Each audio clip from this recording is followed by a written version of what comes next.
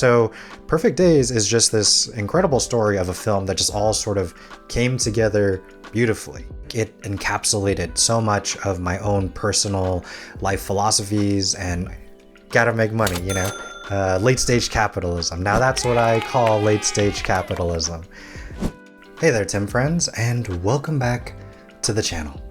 So for today's video, a bit of a retrospective on my last few videos, as well as a sort of channel/life update kind of thing. So this is going to be a real casual, just catching up, chatting kind of video. I'm not going to go too crazy with the editing or anything. I just wanted to get my thoughts down on video and update you guys and chat with you and, kind of get on the same page again. Honestly, this is my third time filming this video. Because, I don't know, I feel like I was just kind of figuring things out with the first two takes over the past few days. I'm going to leave timestamps below, throw up a little table of contents here. It might be a little bit of a long video. You could think of it as kind of a podcast, a thoughtcast or something. Let me know what you guys think and how you like it. I had some coffee, I went for a run, took a shower, having a good hair day, feeling good. But yeah, I guess let's just jump into it and start off with the retrospective.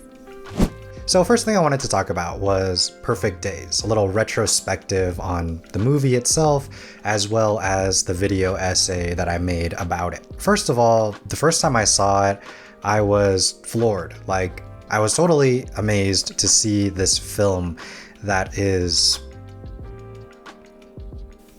I felt like encapsulated so much of my own beliefs and life philosophy and all of that kind of stuff. Obviously, I thought it was an incredible film. And the first time I saw it, I felt immediately inspired to make a video about it. It just felt like it encapsulated so much of my own personal life philosophies and understandings about the life we live and how to live well and all of those things.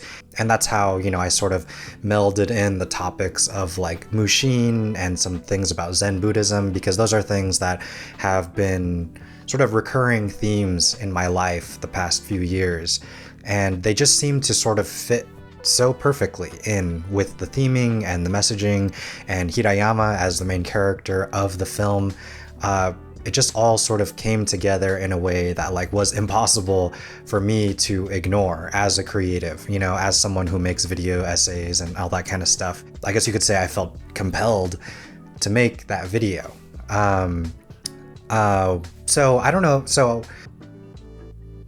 I guess the first thing I want to talk about is Komorebi, which is, the sort of last arc of the video essay that I made. And I'm not sure if you guys are aware, but that little card that explains what Komorebi is, I did not make that myself. I added the kanji, but the text was already inside of the film right after the credit sequence. It was a little bit of a post-credits scene a la Marvel film or something like that.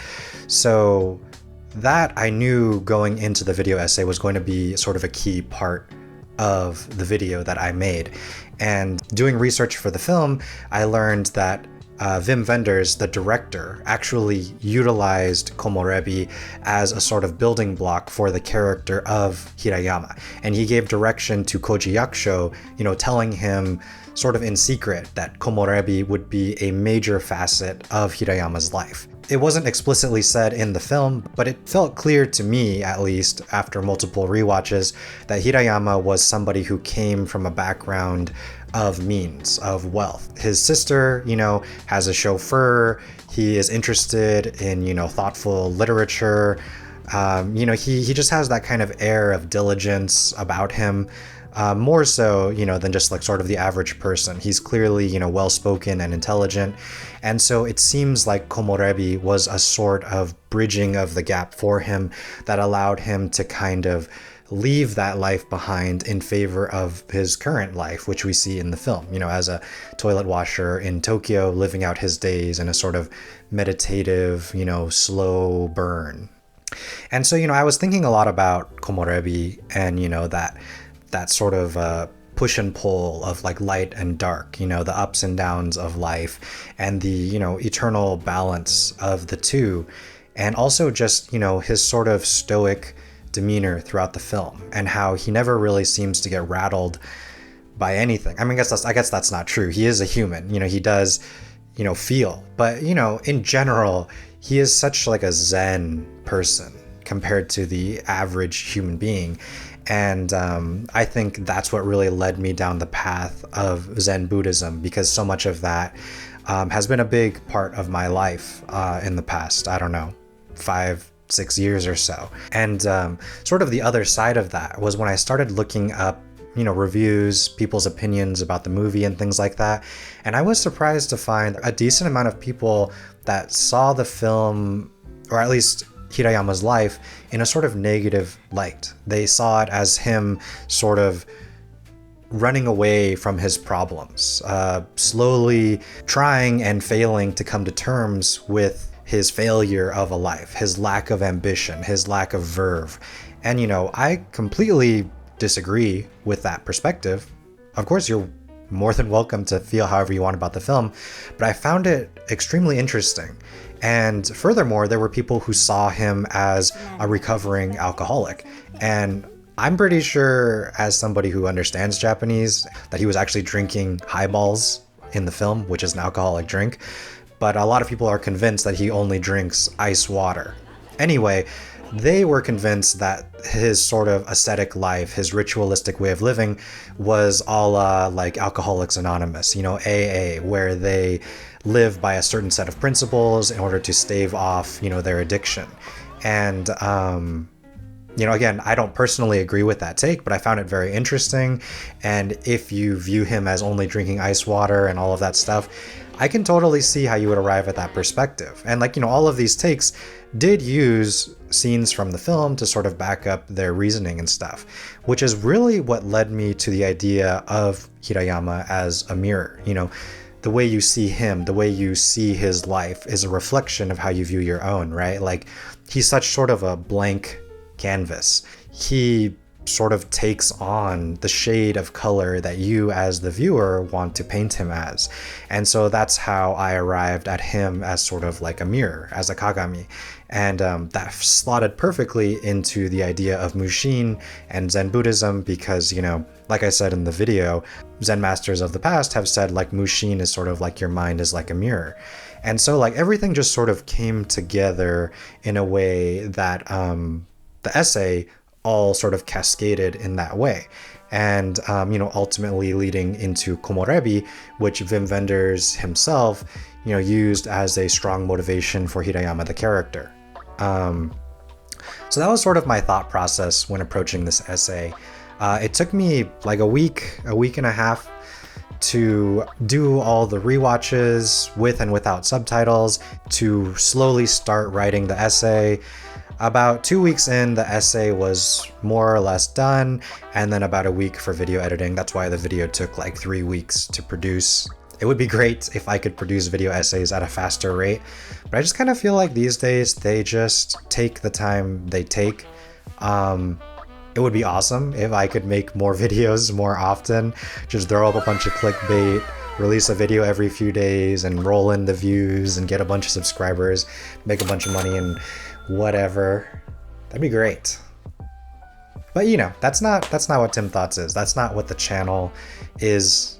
You guys know that. As long as I'm in charge, the channel won't be that way, But hey, maybe I'll enter my villain arc and just do a whole bunch of clickbait all the time. Probably not, but if that happens, why. Gotta make money, late stage capitalism. Now that's what I call late stage capitalism. But yeah, other than that, I did want to just rattle off some fun facts about the film, because there was a lot of interesting stuff I ran across while researching the actual production of the movie itself. Like, for instance, Koji Yakusho, the actor who plays Hirayama, only had 15 days on his schedule to film the movie. So this movie was filmed incredibly fast. And actually, apparently he embodied the character of Hirayama so well, they ended up just filming the rehearsals of him in his individual scenes a lot of the time. So much of the movie was just filmed in a single take, which is like incredible. Like, I guess Koji Yakusho really blended himself into the character of Hirayama so well. He even got a job himself as a toilet cleaner before beginning the filming, so that he would know what to do and how to clean everything properly and how to fold the little toilet paper and all that. So, very dedicated actor. And the story of how the movie actually came to be is a little interesting on its own. So the city of Tokyo actually hired 8 or 9 different famous architects throughout the world to create these restrooms that you see in the film. And that's why each one is distinct and unique and was crafted with, all of this interesting architecture, because they were actually built by these famous architects. And so after they were built, some government official contacted Vim Vendors asking him to fly to Tokyo to check out these restrooms to make a documentary about them, hoping to bring in more tourism and, make them a cultural piece and so on. And he was interested by the idea. He agreed to fly out, but he didn't agree straight up to film a documentary, but he would come and check them out. And once he came, he was inspired to create the character of Hirayama, who was the toilet cleaner cleaning all of these restrooms. And so basically that's the story of how the film actually got made. It was all kind of like a happenstance thing, and then the filming went so smoothly and perfectly. So he actually went back to Germany and did the editing with his team and everything, and it went so smoothly they went back to show the rough cut to the other team in Japan, and the movie was already done. So Perfect Days is just this incredible story of a film that just all sort of came together beautifully. And I kind of feel similarly about the essay itself and the video I made. It wasn't without its effort, but it all worked together in a way that it was so pleasing and satisfying. And I'm very, very satisfied with the result of that video. I know it hasn't reached a ton of people yet, but I hope that in the future it can reach a much wider audience and people can sort of gain some perspective about not only the film, but about, how to live life in different ways and how to see life and approach life in different ways. That was sort of the goal of the video, and that's sort of the goal of this channel in general, So I think that about wraps up everything I wanted to say about Perfect Days. Love that film. And I actually really enjoy the video that came out of it, and I'm proud of the work that I was able to do. And if you haven't seen it yet, I hope you watch it. There are very minimal spoilers, so even if you haven't seen the movie yet, you can still watch the video and hopefully get something out of it. So continuing on the retro train, my other videos since my last channel update was family restaurants and the Kyoto vlogs. So starting with the family restaurants, that video was a lot of fun to make and was the second video in the series, Tim Explains Japan, which I'm really enjoying that series. I'm not sure how you guys feel about it, but I think it's a really cool series that I would like to continue exploring. And I feel like it's becoming this thing where I can really dive into some of the finer aspects of especially modern Japanese culture. A lot of the finer points that I think get lost in translation, especially with the internet sort of deifying Japan to all the weeaboos, and you only learn about it through anime culture and stuff. I think there's just so much more to Japanese life, and having been there a couple times and studied the culture and the language, I feel like there's so much to explore and to explain that's more than just konbini and anime and maid cafes or whatever. I'm not saying those things are off the table as far as Tim Explains Japan is concerned, but I do want to express more of what Japan has to offer. It's an amazing culture and society and country. There's a lot of things that I think a lot of people don't know about that are just really cool, and we could all learn from, and that's sort of the core philosophy behind Tim Explains Japan. And then Tim in Japan, the Kyoto vlogs, I loved making those vlogs, filming Kyoto, Kiyomizu-dera, Higashiyama, those places were incredible, and I found that the footage was amazing. I love this lens that I use, and I feel like all the footage just came out incredible, and it was fun to put them together. They were super chill and laid back, and it was just a tour of old Kyoto. I'm still trying to figure out how to balance like clickbait and thumbnails and titles, and like, you know, there's so much varied content on my channel. I get that like some people come for the video essays, some people come for the Japan content, some people come for who knows what. But yeah, I mean, that's always going to be sort of the uphill battle when you make videos about different things like I do. You know, ultimately the channel is just whatever I think is interesting, which is naturally going to make it difficult to reach a larger audience. You know, like I said before, maybe I'll just enter my villain era and just make every video like crazy clickbaity, but keep the video content real. I don't know. I'm still trying to like figure out that balance. I like personally kind of like really hate clickbait, so I try not to do that.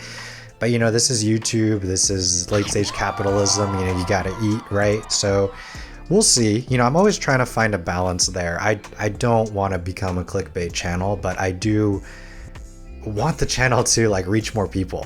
But you know, regardless of all of that though, I am beyond grateful for all of your guys' support. I know that this video is not going to be a popular video. It's just going to be for like the core Tim friends, you know, you guys that care about the channel and everything. And I cannot thank you guys enough. I know that I have a bunch of like family and friends and like others who are like really long time viewers who always like the videos and leave comments and stuff. And that is amazing. Like basically every time you leave a like or a comment, it's like giving a token to the algorithm, like, oh yeah, show this to another 100 people or something like that. So thank you guys so much for that. Thank you for watching also. You know, every view counts and I really do appreciate that. I'm still trying to turn this into like a full, you know, livable wage, which is an uphill battle. You know, you guys know how the channel is. You guys know my distaste for clickbait and algorithm-y things, but you know, it's a balance, right? Komorebi, we gotta find the channel, not like YouTube channel, but like the river. You know, we gotta find the balance somewhere here, because I gotta make money if this is gonna work, but I also can only make stuff that's interesting to me, and you guys know quality is like my number one thing. I'm like obsessed, you know, with making the quality right. So we got to find the right balance here between clickbait and quality.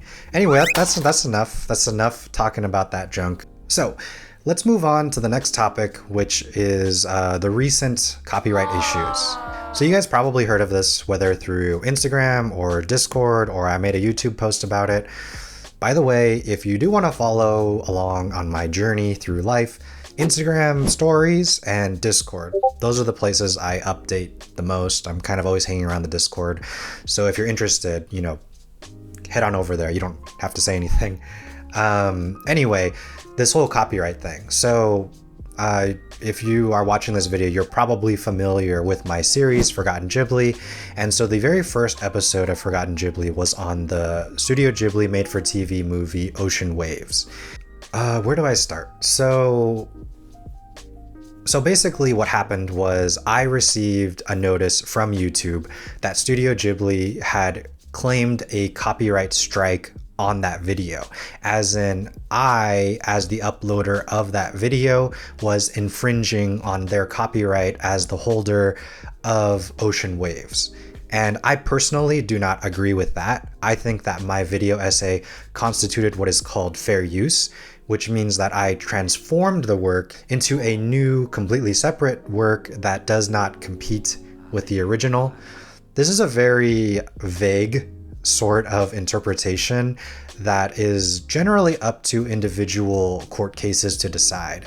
But basically in this instance, I, as a very small YouTuber, have no choice in the matter. I technically could fight back and like get into a legal battle with Studio Ghibli. At this point, YouTube just bows out and is like, you guys handle it. And what I could do is I could say, no, my video is fair use. I do have legal grounds to have it up and blah blah blah. But then I'm open to legal damages and I have to pay for legal services, and it's going to be a huge headache, which I don't have the time or money to deal with. So I basically just have to suck it up and deal with it. And so pretty much what happens is I get 1 active strike on my channel. And if I get 3 of those within a 90-day period, my channel is gone forever, terminated, dead in the water, kaput. So that's why I made some of the other episodes of Forgotten Ghibli private for the time being. I'm slowly re-enabling them. But yeah, I think we're okay. It's been a while since then and nothing else has happened. I might re-edit and re-upload that video in the future, but I'm not sure. Right now I'm just gonna leave it as it is, wait for this thing to quietly go away, this scary notification just go away, you know? As a brief explainer for those of you who aren't familiar how YouTube's copyright system works, there are sort of 2 ways you can get like copyright infringement problems. One is like usually if you use like a clip that's too long, or you have some music in the background that's also too long, your video will be restricted partially in some areas where that copyright isn't available, and or some or all of your revenue will be given to the copyright holder, whether it's the musician or the record label, or like if it's a show or movie, the owner of that show or movie. And those do not affect your channel other than like the revenue. But there's the other one, which is what I got, and that's the hard strike. And in that case, your video is just taken down, gone forever. Nobody can view it, and you get that strike on your channel, which again, 3 of which in 90 days terminates your channel. So I might kind of hold off a little on the Ghibli stuff for the time being, because I just don't want to poke the bear at this point. But it seems like things are calming down and are okay. And that's that sort of whole debacle. I'm not going to fight it. I'm just going to let it be. And so if you wanted to know more about that, that's the whole story sort of about that. So let's just move on. You know, copyright stuff, YouTube stuff, that's just how it goes. You know, just what are you gonna do? Life, you know, that's what we call a shoganai. You guys ever watch Rion Ishida? He's a YouTuber in Japan. He always says, that's a shoganai, which means like, what are you gonna do? And he says, let's keep walking. So that's a shoganai, let's keep walking. So yeah, let's just wind things down here. You know, I'm gonna give a little life update, what's been going on lately, stuff like that. So the past few weeks, past month or 2, I've been really trying to work on self-improvement. I don't know, self-improvement just doesn't sound right. I'm not trying to like better myself. I'm just trying to like be healthier, you know, live a more even-keeled life, you know, embody Hirayama in a lot of ways, you know.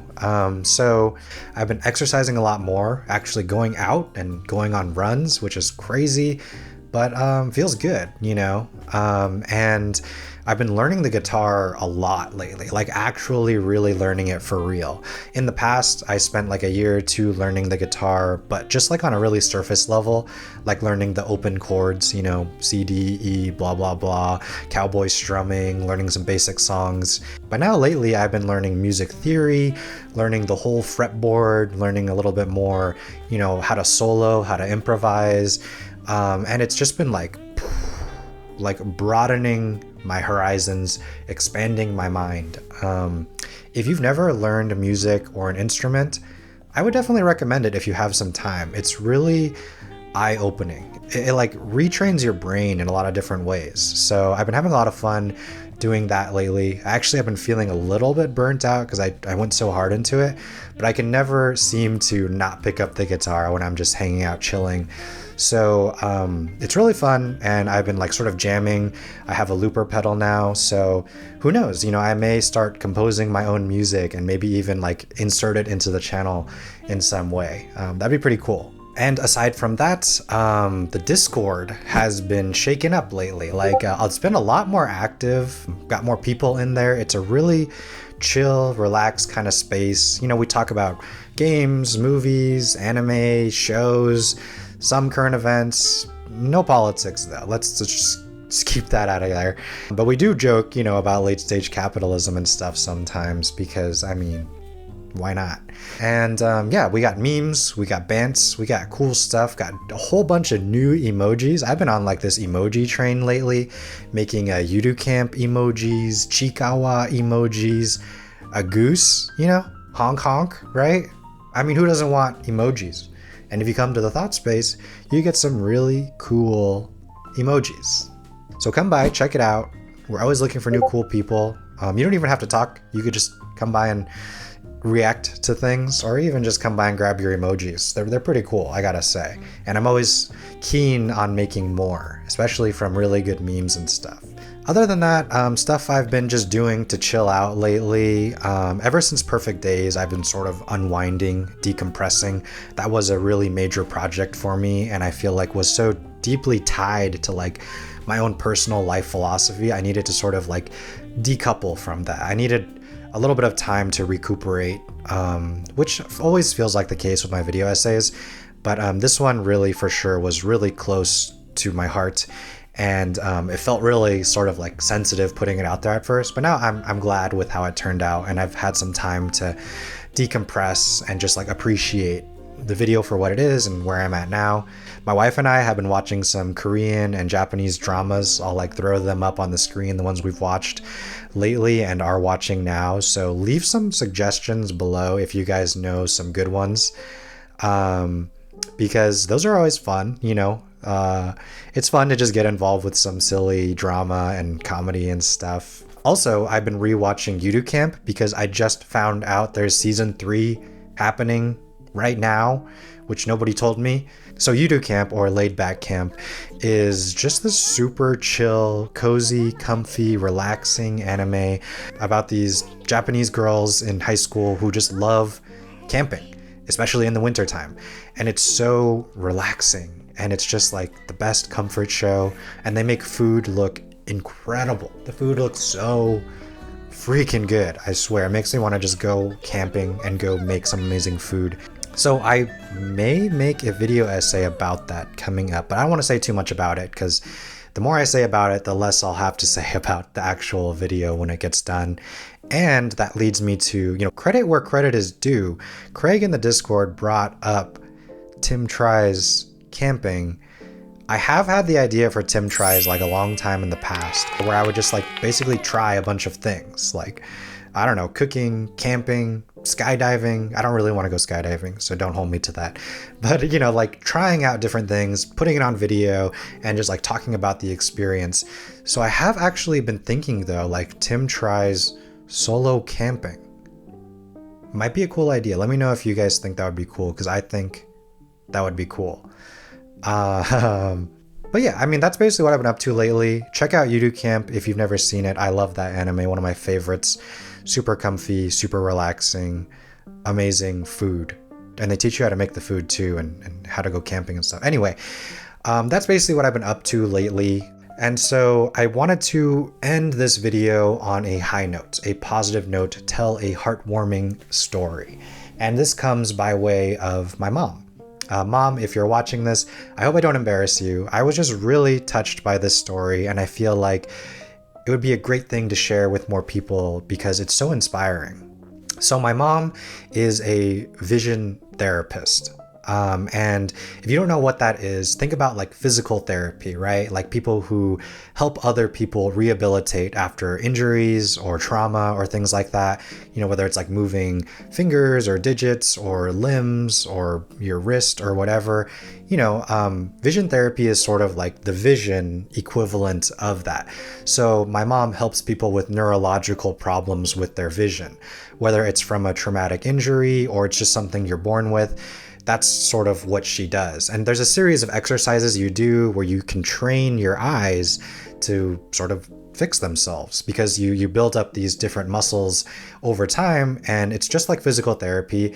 You learn intuitively how to sort of fix your vision in different ways. And this doesn't help, with like nearsightedness or farsightedness. Like it can't make your eyes see more clearly, but it can help with things like lazy eyes, which I used to have, and vision therapy helped me with personally, or like double vision, things like that, which is what this story is about. So my mom has been seeing this patient lately who is a teenager, and he's had double vision his entire life, like really severe double vision ever since he was born. And as a result, from a very young age, he's had these really, really severe migraines, and every doctor, optometrist, ophthalmologist he's seen has always told him, there's just nothing we can do. We can give you these special glasses where we put prisms in them, so when you put on the glasses, you won't see double vision, but it's sort of, it's more of like a surface level fix, and so it doesn't help with his migraines or anything. And now as a teenager, he was finally able to schedule a visit with my mom, who's a vision therapist, and she's sort of the only specialist who does this in quite a wide radius. So they have to drive very far to see her. And so sometimes she'll stay late, she'll work on weekends, and she's close to retirement, but she's like trying to put it off because she just really wants to help this kid. And so basically he's been doing vision therapy for I think 3 months now, and the progress has been staggering. He went from seeing very severe double vision in everything to now not even really needing his glasses most of the time when he's looking in distance.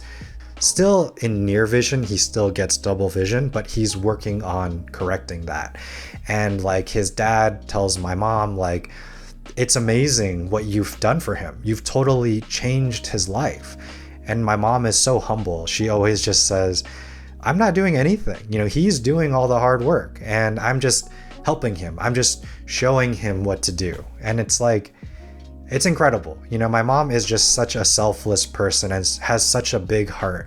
She just always wants to help these kids who have these, vision problems. And like, I just think that's so inspiring and so amazing, to the point where she has trouble with the thought of retirement because she just wants to keep helping these kids who really need help, especially being one of the only specialists in her area. It's like she just has such a big heart and she just cares so much about helping these people and these kids. And I know she wouldn't ever admit it, but I think she's an amazing person. And I think it really goes to show, how I became who I am. I think it really rubbed off on me growing up. My mom and dad combined are just like amazing people. And so that's the story I wanted to share today, end things on a high note, a positive note, because, especially, going back to like the Perfect Days video, there's so much rage bait, clickbait, angry, depressing news, all of social media, modern content creation is just like geared around reactions and engagement. And the easiest reactions to gain are like anger, resentment, embarrassment, like looking down on people, making fun of people. That stuff is just the low-hanging fruit. And so it's out there, it's everywhere. And it's like, it's so easy. You log on TikTok, Instagram, Facebook, Reddit, Twitter, whatever. It's just anger, resentment, rage, sadness over and over and over and over and over again. And like, I feel like we just need a break from all of that, and that was what the Perfect Days video was about. And that's what I hope, this positive story can push you, in the right direction, uplift your day a little bit. And I know this video is like super long, but thank you for watching. Thank you for sticking around. Just one final thing I wanted to say was, I really do appreciate you guys. And I know I've said that a lot, probably to the point of embarrassment.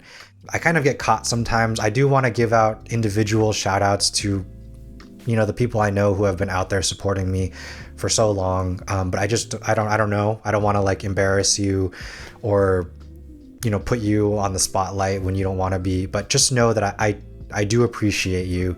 And I know, you guys are always supporting the channel, especially my family and friends and the longtime viewers and the people in the Discord. Like, thank you guys so much. I really appreciate it. It's like crazy to me that I've come this far. I know I'm not even a big channel by any means, but it's crazy to me that like there are people out there who actually care about my life and the things I want to say and want to support this channel's growth. I do believe in the channel. I think that this is something that is worthwhile and is a good use of my time and can actually help people and change people's minds for the better. And that's why I continue to do it, you know?